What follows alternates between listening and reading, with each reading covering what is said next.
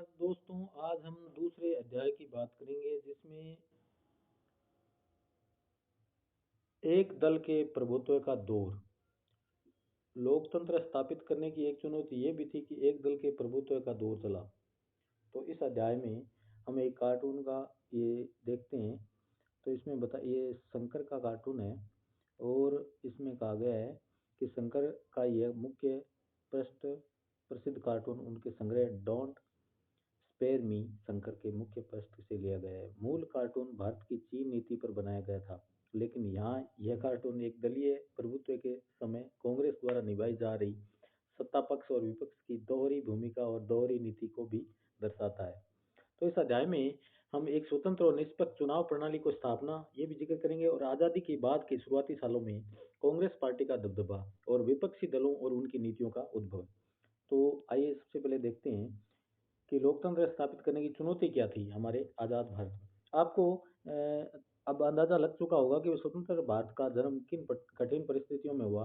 अपने देश के सामने शुरुआत से ही राष्ट्र निर्माण की चुनौती थी और इन गंभीर चुनौतियों के बारे में आप पहले पढ़ चुके हैं। ऐसी चुनौतियों की चपेट में आकर कई अन्य देशों के नेताओं ने फैसला किया कि उनके देश में अभी लोकतंत्र को नहीं अपनाया जा सकता। इन नेताओं ने कहा कि राष्ट्रीय एकता हमारी पहली प्राथमिकता है और लोकतंत्र को अपनाने से मतभेद और संघर्ष को बढ़ावा मिलेगा। उपनिवेशवाद के चंगुल से आज़ाद हुए कई देशों में इसी कारण अलोकतांत्रिक शासन व्यवस्था कायम हुई। इस अलोकतांत्रिक शासन व्यवस्था के कई रूप थे। कहीं पर थोड़ा बहुत लोकतंत्र रहा, लेकिन प्रभावी नियंत्रण किसी एक नेता के हाथ में था, तो कहीं एक दल का शासन कायम हुआ और कहीं कहीं पर सीधे सीधे नेताओं ने सत्ता की बागडोर संभाली। अलोकतांत्रिक शासन व्यवस्थाओं की शुरुआत इस वायदे से हुई कि जल्द ही लोकतंत्र कायम कर दिया जाएगा। बहरहाल एक बार कहीं अलोकतांत्रिक शासन के पांव जम गए तो फिर उसे बदल पाना मुश्किल होता गया। भारत में भी परिस्थितियां कुछ अलग नहीं थी, लेकिन आज़ाद भारत के नेताओं ने अपने लिए कहीं ज़्यादा कठिन रास्ता चुनने का फैसला किया। नेताओं ने कोई और रास्ता चुना होता तो वह आश्चर्य की बात होती, क्योंकि हमारे स्वतंत्रता संग्राम की गहरी प्रतिबद्धता लोकतंत्र से थी। हमारे नेता लोकतंत्र में राजनीति की निर्णायक भूमिका को लेकर सचेत थे। वे राजनीति को समस्या के रूप में नहीं देखते थे, वे राजनीति को समस्या के समाधान का उपाय मानते थे।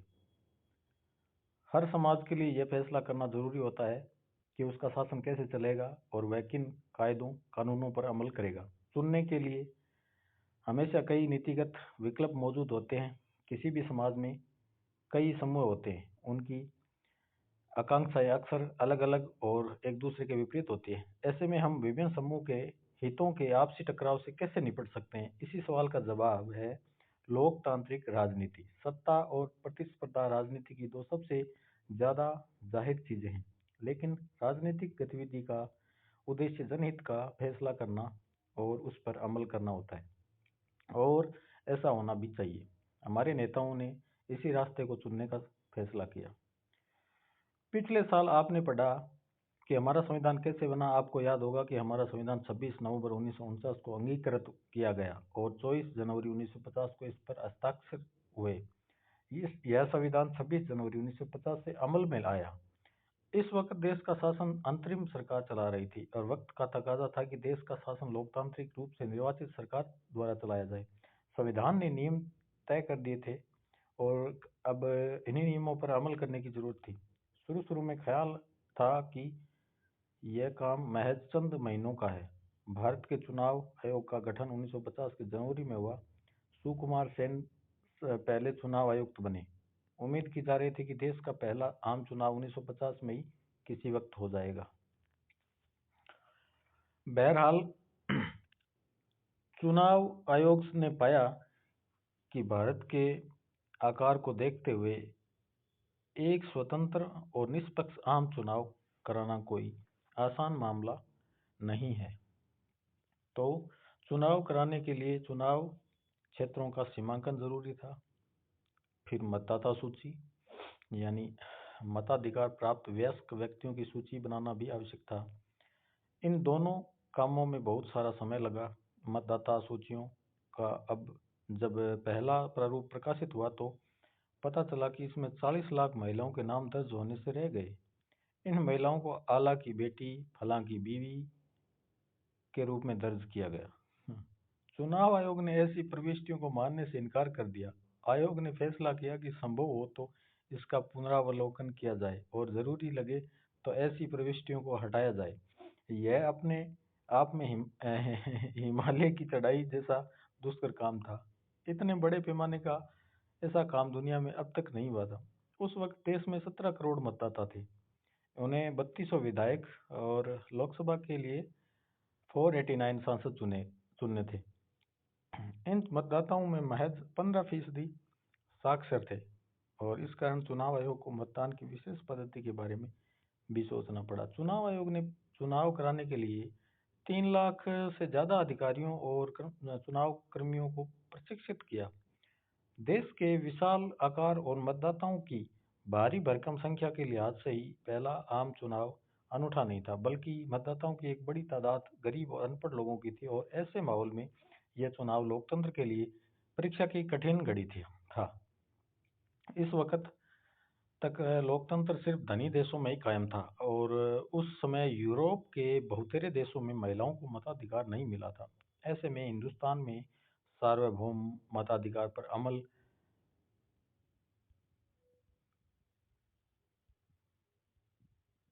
हुआ और यह अपने आप में बड़ा जोखिम भरा प्रयोग था। एक हिंदुस्तानी संपादक ने इसे इतिहास का सबसे बड़ा जुआ करार दिया। ऑर्गेनाइजर नाम की पत्रिका ने लिखा कि जवाहरलाल नेहरू अपने जीवित रहते ही यह देख लेंगे और पछताएंगे कि भारत में सार्वभौम मताधिकार असफल रहा। इंडियन सिविल सर्विस के एक अंग्रेज नुमाइंदे का दावा था कि आने वाला वक्त और अब से कहीं ज्यादा जानकार दौर बड़े विस्मय से लाखों अनपढ़ लोगों के मतदान की यह बेहूदी नौटंकी देखेगा। चुनावों को 2 बार स्थगित करना पड़ा और आखिरकार 1951 के अक्टूबर से 1952 के फरवरी तक चुनाव हुए। बहरहाल इस चुनाव को अमूमन 1952 का चुनाव ही कहा जाता है, क्योंकि देश के अधिकांश हिस्सों में मतदान 1952 में ही हुए। चुनाव अभियान, मतदान और मतगणना में कुल 6 महीने लगे। चुनावों में उम्मीदवारों के बीच मुकाबला भी हुआ। औसतन हर सीट के लिए 4 उम्मीदवार चुनाव में मैदान में थे। लोगों ने इस चुनाव में बढ़ चढ़कर हिस्सेदारी की। कुल मतदाताओं में आधे से अधिक ने मतदान के दिन अपना वोट डाला। चुनावों के परिणाम घोषित हुए तो हारने वाले उम्मीदवारों ने भी इन परिणामों को निष्पक्ष बताया।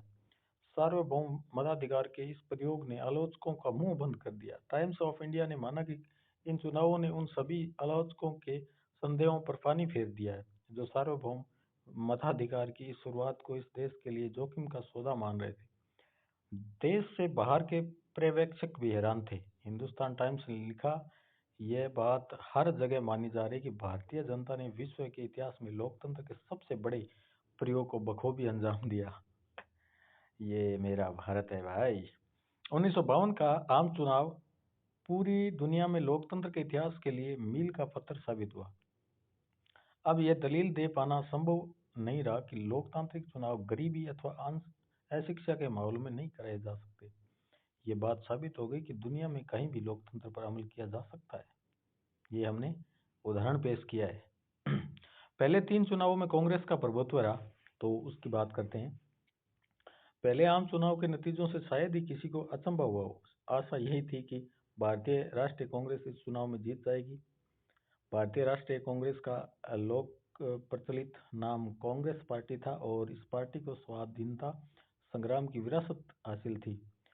तब के दिनों में यही एकमात्र पार्टी थी जिसका संगठन पूरे देश में था। फिर इस पार्टी में खुद जवाहरलाल नेहरू थे, जो भारतीय राजनीति के सबसे करिश्माई और लोकप्रिय नेता थे। नेहरू ने कांग्रेस पार्टी के चुनाव अभियान की अगुवाई की और पूरे देश का दौरा किया। जब चुनाव परिणाम घोषित हुए तो कांग्रेस पार्टी की भारी भरकम जीत से बहुतों को आश्चर्य हुआ। इस पार्टी ने लोकसभा के पहले चुनाव में कुल 489 सीटों में 364 सीटें जीती और इस तरह वह किसी भी प्रतिद्वंदी से चुनावी दौड़ में बहुत आगे निकल गई। जहां तक सीटों पर जीत हासिल करने का सवाल है, तो पहले आम चुनाव में भारतीय कम्युनिस्ट पार्टी दूसरे नंबर पर रही और उन्हें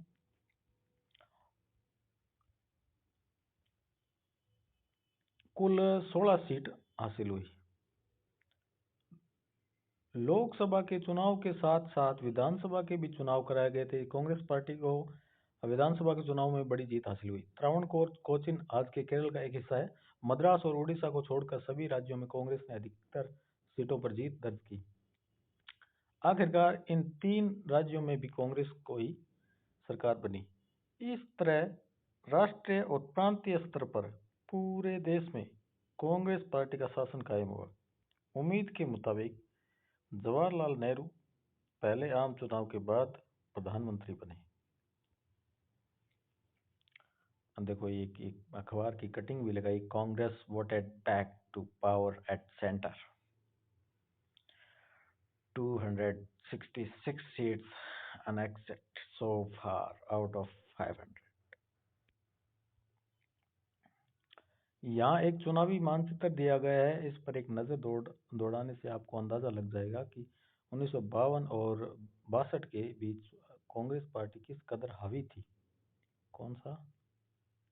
ये वाला, ये देखिए आप।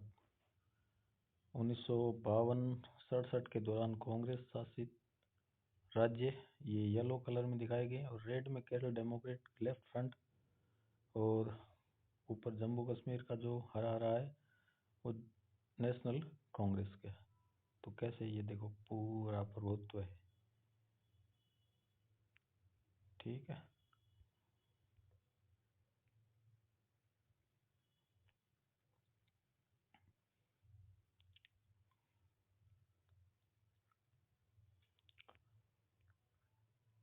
इन चुनावों में कांग्रेस पार्टी ने लोकसभा में अपनी पुरानी स्थिति बरकरार रखी और उन्हें 3/4 सीटें मिली। कांग्रेस पार्टी ने जितनी सीटें जीती थी उसका दशांश भी कोई विपक्षी पार्टी नहीं जीत सकी। विधानसभा के चुनाव में कहीं कहीं कांग्रेस को बहुमत नहीं मिला। ऐसा ही एक महत्वपूर्ण उदाहरण केरल का है। 1957 में केरल में भारतीय कम्युनिस्ट पार्टी की अगुवाई में एक गठबंधन सरकार बनी। ऐसे एकाध मामलों को अपवाद मान ले तो कहा जा सकता है कि केंद्र सरकार और प्रांतीय सरकारों पर कांग्रेस पार्टी का पूरा नियंत्रण था। कांग्रेस पार्टी की जीत का यह आंकड़ा और दायरा हमारी चुनाव प्रणाली के कारण भी बढ़ा चढ़ा दिखता है। चुनाव प्रणाली के कारण कांग्रेस पार्टी की जीत को अलग से बढ़ावा मिला। मिसाल के लिए 1952 में कांग्रेस पार्टी को कुल वोटों में से मात्र 45% वोट हासिल हुए थे, लेकिन कांग्रेस को 74% सीटें हासिल हुई। सोशलिस्ट पार्टी वोट हासिल करने के लिहाज से दूसरे नंबर पर रही और उसे 1952 के चुनाव में पूरे देश में 10% वोट मिले थे, लेकिन यह पार्टी 3% सीटें भी नहीं जीत पाई। आखिर यह हुआ कैसे? पिछले साल भारतीय संविधान सिद्धांत और व्यवहार नामक किताब में अपने संविधान सर्वाधिक वोट पाने वाले की जीत के बारे में पढ़ा था। इससे जुड़ी चर्चा को अगर याद करें तो आपको इस सवाल का जवाब मिल जाएगा। हमारे देश की चुनाव प्रणाली में सर्वाधिक वोट पाने वाले की जीत के तरीके को अपनाया गया है, और ऐसे में अगर कोई पार्टी बाकियों की अपेक्षा थोड़े ज़्यादा वोट हासिल करती है तो दूसरी पार्टियों को प्राप्त वोटों के अनुपात की तुलना में उसे कहीं ज़्यादा सीटें हासिल होती है। यही चीज़ कांग्रेस पार्टी के पक्ष में साबित हुई। अगर हम सभी गैर गैर कांग्रेसी उम्मीदवारों को के वोट जोड़ दें तो वह कांग्रेस पार्टी को हासिल कुल वोट से कहीं ज़्यादा होंगे, लेकिन गैर कांग्रेसी वोट विभिन्न प्रतिस्पर्धी पार्टियों और उम्मीदवारों में बंट गए। इस तरह कांग्रेस बाकी पार्टियों की तुलना में आगे रही और उसने ज़्यादा सीटें जीती। ये राजकुमारी अमृत कौर है जो संविधान सभा में भी सदस्य रही थी। तो उनका 1889 और 1964 तक इनका जीवन रहा है। तो इसमें ये कहती हैं कि गांधीवादी स्वतंत्रता सेनानी, कपूरथला के राज परिवार में जन्म हुआ था इनका और विरासत में माता से ईसाई धर्म मिला। संविधान सभा की सदस्य रही और स्वतंत्र भारत के पहले मंत्रिमंडल में स्वास्थ्य मंत्री रही थी। 1957 तक स्वास्थ्य मंत्री के पद पर रही थी।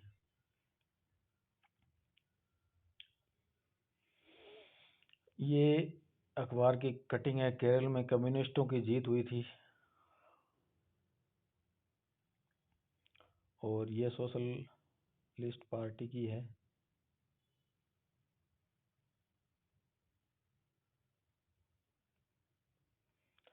अब हम बात करें कांग्रेस के प्रभुत्व की प्रकृति क्या रही थी उस दौरान। तो भारत ही एकमात्र ऐसा देश नहीं है जो एक पार्टी के प्रभुत्व के दौर से गुजरा हो।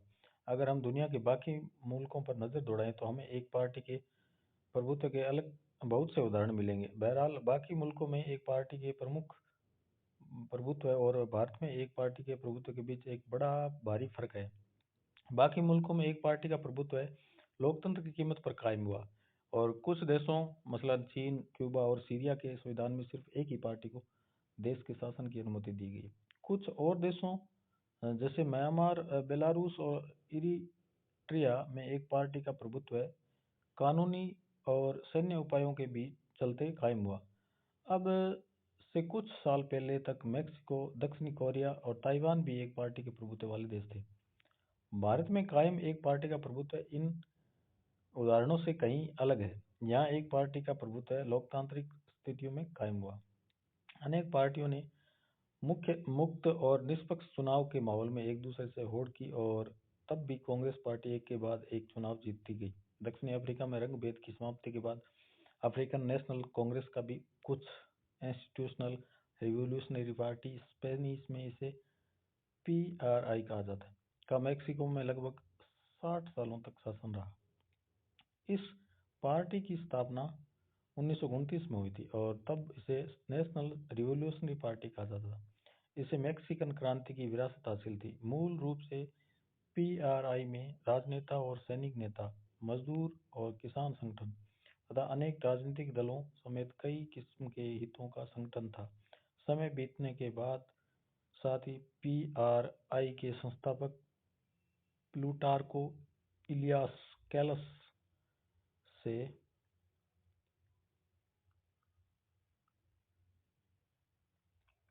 इनके संगठन पर कब्जा जमा लिया और इसके बाद नियमित रूप से होने वाले चुनाव में हर बार पीआरआई की विजय होती रही। बाकी पार्टियां बस नाम की थी ताकि शासन दल को वैधता मिलती रहे।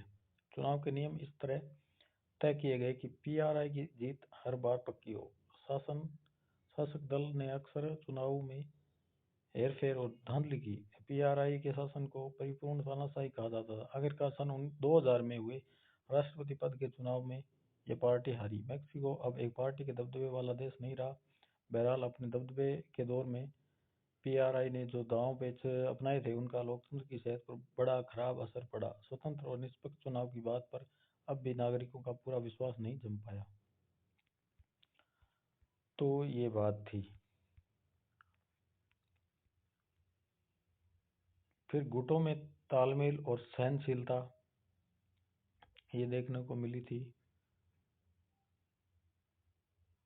फिर एक भारतीय जनसंघ पार्टी भी थी। भारतीय जनसंघ का गठन 1951 में हुआ था। श्यामा प्रसाद मुखर्जी और इसके संस्थापक अध्यक्ष थे। इस दल की जड़ें आज़ादी के पहले के समय से सक्रिय राष्ट्रीय स्वयंसेवक संघ आरएसएस और हिंदू महासभा में खोजी जा सकती है। जनसंघ अपनी विचारधारा और कार्यक्रमों के लिहाज से बाकी दलों से भिन्न है।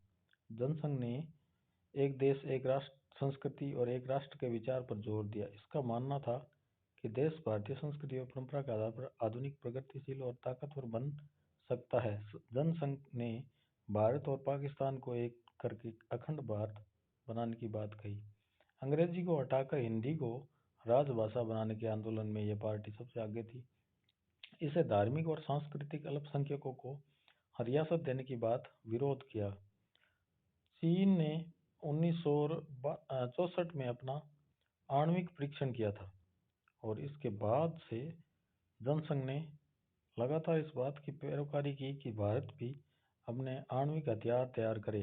1950 के दशक में जनसंघ चुनावी राजनीति के हाशिए पर रहा। इस पार्टी को 1952 के चुनाव में लोकसभा की 3 सीटों पर सफलता मिली और 1957 के आम चुनावों में इसने लोकसभा की 4 सीटें जीती। शुरुआती सालों में इस पार्टी को हिंदी भाषी राज्यों मसलन राजस्थान, मध्य प्रदेश, दिल्ली और उत्तर प्रदेश के शहरी इलाकों में समर्थन मिला। जनसंघ के नेताओं में श्यामा प्रसाद मुखर्जी, दीनदयाल उपाध्याय और बलराज मधोक के नाम शामिल हैं। भारतीय जनता पार्टी की जड़ें इसी जनसंघ में हैं। और ये है दीनदयाल उपाध्याय जी, जो 1916 से 1942 से राष्ट्रीय स्वयंसेवक संघ के पूर्णकालिक कार्यकर्ता, भारतीय जनसंघ के संस्थापक सदस्य, भारतीय जनसंघ में पहले महासचिव और फिर अध्यक्ष, समग्र मानवतावाद सिद्धांत के प्रणेता। तो आप इस प्रकार देख रहे हैं कि अलग अलग पार्टियों का प्रभुत्व रहा और विपक्षी पार्टियों का उद्भव भी हुआ। तो जैसा कि हमने ऊपर देखा, ऐसा नहीं था कि इस दौर में भारत में विपक्षी पार्टियां नहीं थी। चुनाव परिणामों की चर्चा में हमारे सामने कांग्रेस के अलावा अन्य पार्टियों के नाम भी आए। बहुदलीय लोकतंत्र वाले अनेक देशों की तुलना में इस वक्त भी भारत में बहुविध और जीवंत विपक्षी पार्टियां थी। इनमें से कई पार्टियां 1952 के आम चुनावों से कहीं पहले बन चुकी थी। इसमें से कुछ ने 60 और 70 के दशक में देश की राजनीति में महत्वपूर्ण भूमिका निभाई। आज की लगभग सभी गैर कांग्रेसी पार्टियों की जड़ें 1950 के दशक की किसी न किसी विपक्षी पार्टी में खोजी जा सकती है। 1950 के दशक में इन सभी विपक्षी दलों को लोकसभा अथवा विधानसभा में कहने भर को प्रतिनिधित्व मिल पाया। फिर भी इन दलों की मौजूदगी ने हमारी शासन व्यवस्था के लोकतांत्रिक चरित्र को बनाए रखने में निर्णायक भूमिका निभाई। इन दलों ने कांग्रेस पार्टी की नीतियों और व्यवहारों की सुनिश्चित आलोचना की। इस आलोचना में सिद्धांतों का बल होता था। विपक्षी दलों ने शासक दल पर अंकुश रखा और बहुधा इन दलों के कारण कांग्रेस पार्टी के भीतर शक्ति संतुलन बदला। इन दलों ने लोकतांत्रिक राजनीतिक विकल्प की संभावना को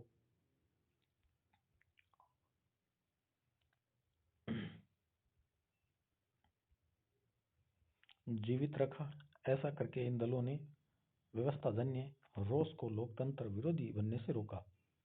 इन दलों ने ऐसे नेता तैयार किए जिन्होंने आगे के समय में हमारे देश की तस्वीरों को संवारने में अहम भूमिका निभाई। शुरुआती सालों में कांग्रेस और विपक्षी दलों ने नेताओं के बीच पारस्परिक सम्मान का गहरा भाव था। स्वतंत्रता की घोषणा के बाद अंतरिम सरकार ने देश का शासन संभाला था। इसके मंत्रिमंडल में डॉक्टर अंबेडकर और श्यामा प्रसाद मुखर्जी जैसे विपक्षी नेता शामिल थे। जवाहरलाल नेहरू अक्सर सोशलिस्ट पार्टी के प्रति अपना प्यार का इजहार करते थे। उन्होंने जयप्रकाश नारायण जैसे समाजवादी नेताओं को सरकार में शामिल होने का न्योता दिया। अपने राजनीतिक प्रतिद्वंदी से इस किस्म का निजी रिश्ता और इसके प्रति सम्मान का भाव दलगत प्रतिस्पर्धा के तेज होने के बाद लगातार कम होता गया। इस तरह अपने देश में लोकतांत्रिक राजनीति का पहला दौर एकदम अनूठा था। राष्ट्रीय आंदोलन का चरित्र समावेशी था और इसकी अगुवाई कांग्रेस ने की थी। राष्ट्रीय आंदोलन के इस चरित्र के कारण कांग्रेस की तरफ विभिन्न समुदाय, वर्ग और हितों के लोग आकर्षित हुए। ये तस्वीर है 1948 में चक्रवर्ती राजगोपालाचारी के गवर्नर जनरल के पद की शपथ ग्रहण के बाद नेहरू मंत्रिमंडल की। बैठे हुए बाएं से दाएं रफी अहमद किदवई, बलदेव सिंह, मौलाना आजाद, प्रधानमंत्री नेहरू, चक्रवर्ती राजगोपालाचारी, सरदार वल्लभ भाई पटेल, राजकुमारी अमृत कौर, जॉन मथाई और जगजीवन राम खड़े हुए। बाएं से दाएं Shri Gadgil, Shri Niyogi, doctor B R Ambedkar, Shyama Prasad Mukherjee, Gopala Swami Ayyangar और जयराम दास दौलतराम, ये नेता थे।